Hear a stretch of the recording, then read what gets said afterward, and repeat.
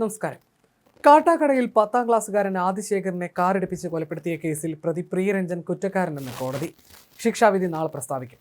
വാഹനാപകടമെന്ന പ്രതിയുടെ വാദം കോടതി തള്ളി. കൊല്ലപ്പെട്ട കുട്ടിയുടെ ബന്ധു കൂടിയാണ് പ്രതി. തിരുവനന്തപുരം 6ാം അഡീഷണൽ ജില്ലാ സെഷൻസ് ജഡ്ജി കെ വിഷ്ണുവാണ് പ്രതി കുറ്റക്കാരനെന്ന് കണ്ടെത്തിയിരിക്കുന്നത്. വ്യക്തിവൈരാഗ്യത്തിന്റെ പേരിലായിരുന്നു പ്രതി ക്രൂരകൃത്യം നടത്തിയതെന്ന് പോലീസ് പറയുന്നു. 2023 ഓഗസ്റ്റ് 30 വീടിന് സമീപമുള്ള ക്ഷേത്ര മൈതാനത്ത് കളിച്ച ശേഷം മടങ്ങിയായിരുന്ന ആദിശേഖരനെ പ്രിയരഞ്ജൻ കാറിടിപ്പിച്ച് കൊലപ്പെടുത്തുകയായിരുന്നു. അപകടമെന്ന നിലയിൽ മനഃപൂർവ്വമല്ലാത്ത നരഹത്യാ കുറ്റത്തിനാണ് ആദ്യം പോലീസ് കേസെടുത്തത്. എന്നാൽ സംഭവത്തിന്റെ CCTV ദൃശ്യം പുറത്തു വന്നത് കേസിൽ നിർണായക തെളിവായി.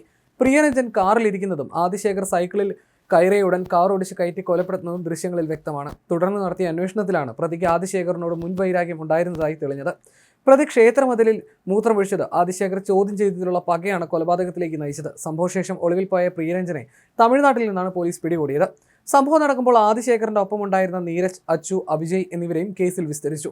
സാക്ഷികൾ പ്രതി പ്രിയരഞ്ജനെ കോടതിയിൽ തിരിച്ചറിഞ്ഞിരുന്നു.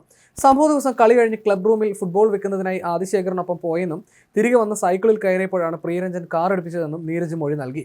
വൻ ശബ്ദം കേട്ട് തിരിഞ്ഞു നോക്കുമ്പോൾ പ്രിയരഞ്ജൻ കാർ നിർത്തിയിട്ട് പുറത്തിറങ്ങുന്നത് കണ്ടുവെന്ന് അച്ചുവും മൊഴി നൽകി. രക്തത്തിൽ കുളിച്ചു കിടന്ന ആദിയെ താനും കൂടി ചേർന്നാണ് പുറകെ വന്ന കാറിൽ കയറ്റി ആശുപത്രിയിൽ കൊണ്ടുപോയതെന്ന് അഭിജയും മൊഴി നൽകിയിരുന്നു.